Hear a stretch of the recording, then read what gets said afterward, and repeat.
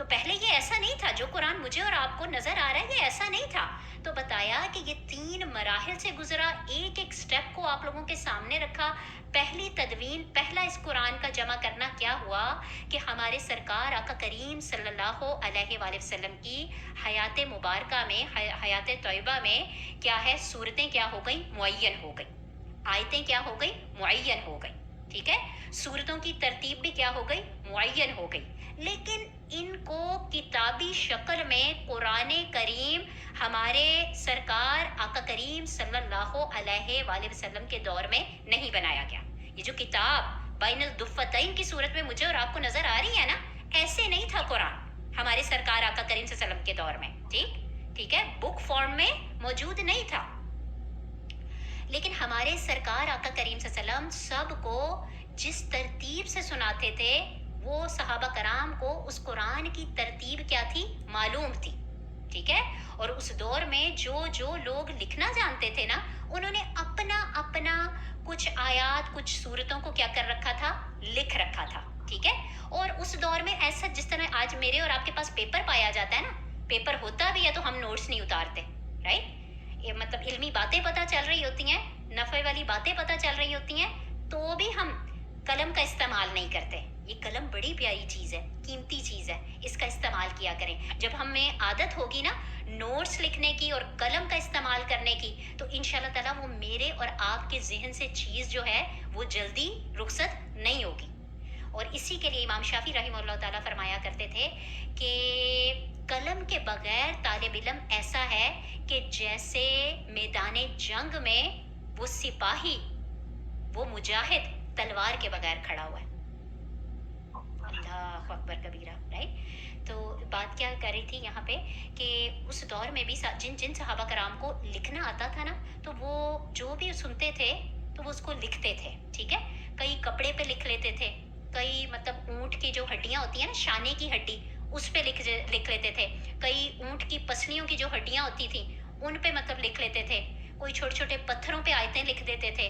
چمڑے کے ٹکڑوں کے اوپر قرآن کو اتار لیا جاتا تھا. درخت کے پتوں کے اوپر اس کو لکھ دیا جاتا تھا، رائٹ. تو بتا کیا رہی ہوں کہ یہ سارے کا سارا اللہ کا قول تھا، لیکن کتاب کی صورت میں، بک کی فارم میں ابھی تک موجود نہیں تھا.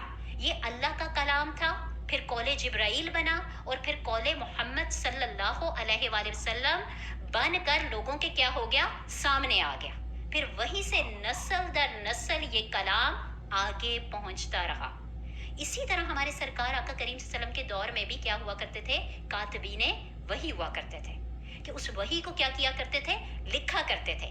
ہمارے سرکار آقا کریم صلی اللہ علیہ وآلہ وسلم کے بارے میں آتا ہے کہ جب قرآن نازل ہوتا تھا نا، تو وہ جلدی جلدی اس کو یاد کرنے کی کوشش کرتے تھے. تو انشاءاللہ آپ قرآن عظیم الشان ہی میں پڑھیں گے تو اللہ سبحانہ تعالیٰ فرماتے ہیں کہ آپ اپنی زبان کو حرکت نہ دیں، اپنے آپ کو مشقت میں نہ ڈالیں. یہ اللہ کا کام ہے کہ اس قرآن کو آپ کے سینے میں کیا کر دینا، جمع کر دینا. اور واقعی اللہ سبحانہ تعالیٰ نے اس قرآن کو ایز اٹ از سنقرئک فلا تنسا پڑھتے ہیں کہ نہیں، رائٹ، کہ ان قریب ہم کیا ہے اس کو یاد کروا دیں گے، ایسا یاد کروائیں گے کہ پھر آپ کبھی بھی اس کو بھولیں گے نہیں، رائٹ. تو اللہ سبحانہ تعالیٰ نے اپنی اس بات کو کیا کر دیا، پورا کر دیا. تو اللہ کریم کے حکم سے اللہ سبحانہ تعالیٰ نے کچھ کاتبین وحی، یعنی اس وحی کو، اس قرآن کو لکھنے والے رکھے تھے. اس میں بہت سارے صحابہ کرام، اور سر فہرست جو مشہور صحابی کا نام ملتا ہے وہ حضرت زید بن ثابت رضی اللہ تعالیٰ عنہ کا نام ملتا ہے. ٹھیک ہے، تو ہمارے سرکار آقا کریم صلی اللہ علیہ وسلم باقاعدہ ان سے کتابت کروایا کرتے تھے، اور کہا کرتے تھے کہ یاد رکھو کہ میری طرف سے قرآن کے سوا کچھ نہ لکھنا، میرے قولوں کو مت لکھنا. اب قولوں سے مراد کیا ہے کہ آقا کریم صلی اللہ علیہ وسلم کے جو قول ہوتے تھے، جو باتیں ہوتی تھیں، وہ احادیث بنتی تھی کہ نہیں بنتی تھی. تو یہ نہ ہو کہ کہیں قرآن اور احادیثیں، اس کا سپیچ پیٹرن کیا ہو جائے، گڈمٹ ہو جائے. ٹھیک ہے، تو آقا کریم صلی اللہ علیہ وسلم نے اس سے کیا کر دیا، منع فرما دیا. ٹھیک ہے، کہ کسی قسم کی دونوں کے اندر کوئی مشابہت نہ ہو جائے، کوئی مکس نہ ہو جائے. ٹھیک ہے، ویسے بھی میں اور آپ، اللہ سبحانہ تعالیٰ آپ لوگوں کو توفیق عطا فرمائے احادیث مبارکہ کا بھی دور کرنے کی. تو احادیث مبارکہ کا اگر میں اور آپ اس کا سپیچ پیٹرن پڑھیں نا، تو قرآن کا جو ہے وہ آسان ہے کمپیئر ٹو احادیث مبارکہ کا سپیچ پیٹرن. ٹھیک ہے، وہ ذرا زبانوں پہ کیا ہے، بھاری ہے. یعنی قرآن کے مقابلے میں احادیث مبارکہ کو یاد کرنا، اس لینگویج کو اپنے ذہن کے اوپر اتارنا، یہ تھوڑا کیا ہے، ثقیل ہے. ایسے ہی تھوڑی اللہ نے فرمایا وَلَقَدْ يَسَّرْنَا الْقُرْآنَ لِلذِّكْرِ فَهَلْ مِن مُدَّكِرٍ، کہ اللہ سبحانہ تعالیٰ فرماتے ہیں البتہ تحقیق ہم نے آسان کر دیا قرآن کو نصیحت کے لیے، تو ہے کوئی جو اس سے نصیحت حاصل کرے؟ تو جس چیز کو اللہ آسان کر دے اس کو پھر کون مشکل کر سکتا ہے؟ تو اگر میں اور آپ قرآن کا اسلوب دیکھیں، قرآن کی لینگویج دیکھیں، اس کا اسپیچ پیٹرن دیکھیں، تو وہ کیا ہے، آسان ہے، اس میں ایک ردھم پایا جاتا ہے. ٹھیک ہے. تو ہمارے آقا کریم صلی اللہ علیہ وآلہ وسلم کے سینہ مبارک میں یہ پورے کا پورا پوری ترتیب کے ساتھ یہ قرآن کیا تھا، جمع کیا گیا. پھر وہاں سے ہمارے سرکار نے صحابہ کرام کے سینوں میں اس کتاب کو، یا پھر یوں کہیں اس کلام کو، کتاب تو تھی نہیں نا، منتقل کر دیا، اور کال سے کال کی شکل میں قرآن کیا ہو گیا، منتقل ہوتا چلا گیا. ٹھیک ہے. تو بہرحال آپ صلی اللہ علیہ وسلم کے زمانے میں لکھا ہوا قرآن نہیں تھا. ٹھیک ہے. لیکن کتاب کی صورت میں جمع شدہ کیا تھا، نہیں تھا. ٹھیک ہے. جمع کی صورت تھی، اور کہاں پہ تھی، سینوں میں تھی، کیونکہ حفاظ نے اس کو کیا کر دیا تھا، یاد کر رکھا تھا. تو قرآن کریم اسی ترتیب کے ساتھ ان حفاظ کے سینوں میں کیا تھا، موجود تھا. اور مزید احتیاط کے لیے ہمارے سرکار آقا کریم صلی اللہ علیہ وسلم جبرائیل علیہ السلام کے ساتھ ہر رمضان میں دورہ قرآن کیا کرتے تھے. اللہ اکبر کبیرہ. رائٹ. تو اسی طرح ہم بھی یہ سنت کا اتباع کرنے کے لیے آپ یہاں پہ بیٹھے ہیں نا. ایسے ہی ہمارے حفاظ جو ہیں وہ بھی کیا کرتے ہیں کہ رمضان سے پہلے اس قرآن کا کیا کر دیتے ہیں، دور شروع کر دیتے ہیں، تاکہ تراویح کے لیے، تراویح میں سنانے کے لیے وہ ان کا دور کیا ہو جائے، تازہ ہو جائے. ٹھیک ہے. اور اسی کے بارے میں آتا ہے کہ ہمارے سرکار آقا کریم صلی اللہ علیہ وسلم ہر رمضان میں دورہ قرآن کا اہتمام کیا کرتے تھے. لیکن آخری سال میں جو ان کے وصال کا سال تھا، ہمارے سرکار آقا کریم صلی اللہ علیہ وسلم نے ایک دفعہ نہیں بلکہ 2 مرتبہ قرآن کا کیا دور کیا. تو الحمدللہ یہاں پہ ہماری تدوین کا پہلا مرحلہ مکمل ہوا، جو ہمارے سرکار آقا کریم صلی اللہ علیہ وسلم کے دور کی بات تھی. اب دوسرا تدوین کا مرحلہ کیا آتا ہے، دوسرا سٹیپ کیا آتا ہے، وہ کیا آتا ہے کہ دوسرا مرحلہ کہ ہمارے آقا کریم صلی اللہ علیہ وسلم کی وصال کے بعد حضرت ابو بکر صدیق رضی اللہ تعالیٰ عنہ کے خلافت کے دور میں، جب یہ جو مرتد لوگ تھے اور معنین زکوٰۃ کے ساتھ جنگیں ہوئی نا، جس کو جنگ یمامہ کے نام سے بھی جانا جاتا ہے، تو اس میں بہت سارے صحابہ کرام کیا ہو گئے تھے، شہید ہو گئے تھے. اور بتایا جاتا ہے کہ 700 کے قریب حفاظ جو تھے وہ کیا ہو گئے تھے، شہید ہو گئے تھے. تو جب 700 کے قریب حفاظ شہید ہو گئے تو حضرت عمر فاروق رضی اللہ تعالیٰ عنہ ان کو بڑی تشویش لاحق ہوئی، اور وہ باقاعدہ حضرت ابو بکر رضی اللہ تعالیٰ عنہ فرماتے ہیں کہ عمر رضی اللہ تعالیٰ عنہ میرے پاس آتے ہیں اور مجھ سے فرماتے ہیں کہ جنگ یمامہ میں قرآن کریم کے حفاظ کی بہت بڑی جماعت شہید ہو گئی ہے، اور اگر مختلف مقامات پر قرآن کے حفاظ جو ہیں اسی طرح شہید ہوتے چلے گئے تو مجھے اندیشہ ہے کہ کہیں قرآن کا ایک بڑا حصہ ناپید نہ ہو جائے. تو لہٰذا میری رائے ہے کہ آپ حکم جاری کریں کہ قرآن کریم کو ایک جلد کی شکل میں اس کی تدوین کروا دی جائے. بات سمجھا پا رہی ہوں کہ نہیں؟ الحمدللہ.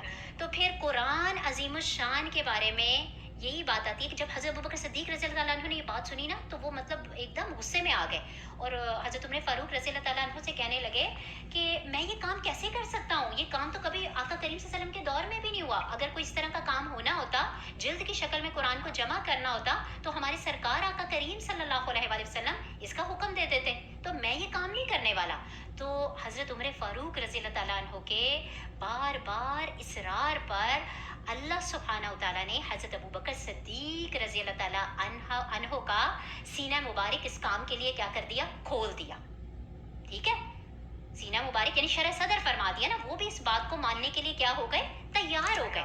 اور انہوں نے کیا کیا، حضرت زید بن ثابت رضی اللہ تعالیٰ عنہ کو بلوا بھیجا اور ان سے کہا کہ یہ ذمہ داری میں آپ کو دیتا ہوں، اور میں آپ کو حکم دیتا ہوں کہ آپ قرآن کو کیا کریں، ایک کتاب کی صورت میں جمع کرنا شروع کر دیں. جہاں جہاں سے آیتیں ملتی ہیں ان کو کیا کریں، جمع کریں. اور حضرت زید بن ثابت رضی اللہ تعالیٰ عنہ فرماتے ہیں کہ جب حضرت ابو بکر صدیق رضی اللہ تعالیٰ عنہ نے مجھے اس بات کے بارے میں کہا تو فرماتے ہیں خدا کی قسم اگر، اور یہ صرف حضرت ابو بکر کی رائے نہیں تھی، حضرت عمر فاروق بھی تھے کہ اس کام کے لیے مین کس کو مطلب منتخب کیا جائے، حضرت زید بن ثابت رضی اللہ تعالیٰ عنہ کو. کیوں؟ کیونکہ وہ ہمارے سرکار آقا کریم صلی اللہ علیہ وسلم کے دور میں کتابت وحی کا کام کیا کرتے تھے. تو وہ بتاتے ہیں کہ خدا کی قسم اگر یہ حضرات مجھے کوئی پہاڑ ڈھونے کا حکم دیتے تو میں کیا ہے اس پہاڑ کے بوجھ کو اٹھانا قبول کر لیتا، لیکن جمع قرآن کا کام میرے لیے بہت کیا تھا، بھاری تھا، بہت کیا تھا، مشکل تھا. رائٹ؟ تو باقاعدہ زید بن ثابت کے بارے میں بھی آتا ہے کہ انہوں نے بھی پہلے اس کام سے کیا کیا، انکار کیا. تو حضرت ابو بکر رضی اللہ تعالیٰ عنہ نے ان کو بھی سمجھایا کہ خدا کی قسم یہ کام بہتر ہی بہتر ہے، لہٰذا آپ اس کو کر گزریے. تو پھر اللہ سبحانہ و تعالیٰ نے حضرت زید بن ثابت کا بھی اس پہ شرح صدر فرما دیا. ہوتا ہے نا کہ کئی دفعہ مجھے اور آپ کو کوئی بات کوئی سمجھائے سمجھ میں نہیں آ رہی ہوتی، پھر بار بار کہنے سے، بچوں کو بھی دیکھ لیں، میں اور آپ مائیں ہیں، بچوں کو کوئی بات سمجھاتے ہیں ان کو سمجھ میں نہیں آتی، ایونچولی بار بار اس بات کی تکرار کرنے سے پھر وہ بچہ اللہ سبحانہ و تعالیٰ شرح صدر فرما دیتے ہیں تو وہ بات بھی مان لیتا ہے. رائٹ؟ تو یہی بات یہاں پہ بتائی گئی کہ پھر حضرت زید بن ثابت رضی اللہ تعالیٰ عنہ نے لوگوں کو حکم دیا، صحابہ کرام کو، کہ کھجور کی شاخوں پہ، پتھروں کی تختیوں پہ، یا پھر اسی طرح جو تھا کپڑوں پہ، یا پھر اسی طرح اونٹ کی ہڈیوں پہ، جہاں جہاں پہ بھی قرآن کریم لکھا ہوا ہے ان سب کو میرے پاس لے آؤ. تو باقاعدہ ایک کمیٹی بنائی گئی اور پھر سارے کے سارے لوگوں نے مل کے کیا کیا، اس قرآن کو کیا کر دیا، ایک کتاب کی شکل دے دی. کلیئر ہے بات یہاں تک سب کے لیے؟ الحمدللہ. تو پھر قرآن جو تھا وہ ایک کتاب کی شکل میں آ گیا، اور اس کے بارے میں بتایا جاتا ہے، کتابوں میں آتا ہے، روایات میں آتا ہے کہ حضرت ابو بکر صدیق رضی اللہ تعالیٰ عنہ کے پاس یہ جو کتاب تھی وہ ان کی زندگی میں موجود رہی، اور پھر ان کی زندگی کے بعد یہ جو تھی کتاب وہ کس کے پاس چلی گئی، قرآن جو مطلب بین الدفتین کی صورت میں آ گیا، وہ کس کے پاس چلا گیا، حضرت عمر فاروق رضی اللہ تعالیٰ عنہ کے پاس. پھر حضرت عمر فاروق رضی اللہ تعالیٰ عنہ سے انہوں نے اپنی مطلب شہادت کے بعد انہیں کس کو مطلب منتقل کیا، حضرت حفصہ رضی اللہ تعالیٰ عنہ کو. ٹھیک ہے؟ پھر ان کے پاس منتقل کر دیا گیا. اور بتایا جاتا ہے کہ یہ جو قرآن کو کتاب کی شکل میں لے کے آنا یہ 2 سال کے اندر اندر ہوا، ہمارے آقا کریم صلی اللہ علیہ وسلم کی وصال کے 2 سال کے اندر اندر ہوا. ٹھیک ہے؟ تو اتنا کوئی دیر کا مطلب کوئی یہ نہیں تھا کہ بہت سارے سال لگ گئے اور پھر مطلب اس قرآن کو کیا ہے جلد کی شکل میں یا کتاب کی صورت میں بنایا گیا یا اس کو مطلب لایا گیا. کیونکہ ہمارے حضرت ابوبکر صدیق رضی اللہ تعالیٰ عنہ کی خلافت کا دور ہی 2.25 سال اتنا ہی بتایا جاتا ہے نا، پھر اس کے بعد تو ان کا وصال ہو گیا تھا. ٹھیک؟ تو اب جب یہ قرآن جو تھا وہ سارے کا سارا ایک کتاب کی شکل میں آ گیا، اب مسئلہ یہ اٹھا کہ اب اس کا نام کیا رکھا جائے، اب اس کتاب کا نام کیا رکھا جائے. ایک تجویز آئی انجیل رکھ دیا جائے، ایک تجویز آئی کہ اس کا صفر نام رکھ دیا جائے. صفر کس کو کہتے ہیں؟ کتاب. قرآن عظیم الشان میں بھی اس صفر کو استعمال کیا گیا. صفر ایوب ایک کتاب تھی، رائٹ، اس دور میں مطلب بنی اسرائیل کے دور میں. تو بتایا کیا جاتا ہے کہ یہ مطلب ڈفرینٹ سب نے تجویزیں پیش کی، لیکن آخری اور ختمی تجویز کس کی قبول کی گئی؟ حضرت عبداللہ بن مسعود رضی اللہ تعالیٰ عنہ کی تجویز کو کیا ہے قبول کیا گیا جو انہوں نے پیش کی. اور انہوں نے کیا تجویز دی کہ اس کتاب کا نام مصحف رکھا جائے. ہم پڑھتے ہیں کہ نہیں؟ اب تو ہم پڑھتے ہی قرآن ہے نا، تو اس کا نام کیا رکھا گیا؟ مصحف. رائٹ؟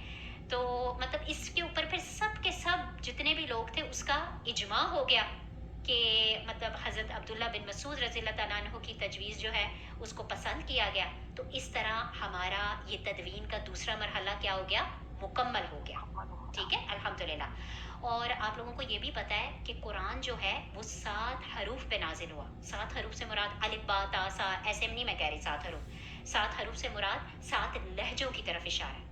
اور یہ بھی ایک باقاعدہ حدیث مبارکہ آتی ہے، ابھی وقت نہیں ہے کہ میں اس کو مطلب حدیث طویل ہے کہ اس کو آپ لوگوں کے سامنے رکھوں، جس کا لب لباب یہ ہے کہ اللہ سبحانہ تعالیٰ کی طرف سے 7 طریقوں پہ قرآن کی تلاوت کی پڑھنے کی کیا دے دی گئی؟ اجازت دے دی گئی. کلیئر ہے؟ قرآن کی بات کر رہی ہیں آپ؟ قرآن کی بات کر رہی ہوں. جب قرآن جو ہے آپ کو پتہ ہے نا اس کے اوپر زیر زبر پیش نقطے وغیرہ تو کچھ بھی نہیں تھے نا، یہ ابھی تو صرف کتاب کی شکل میں اس کو دیا گیا. ٹھیک؟ اور جو وہ کتاب کس کے پاس تھی؟ پہلے حضرت ابوبکر کے ساتھ،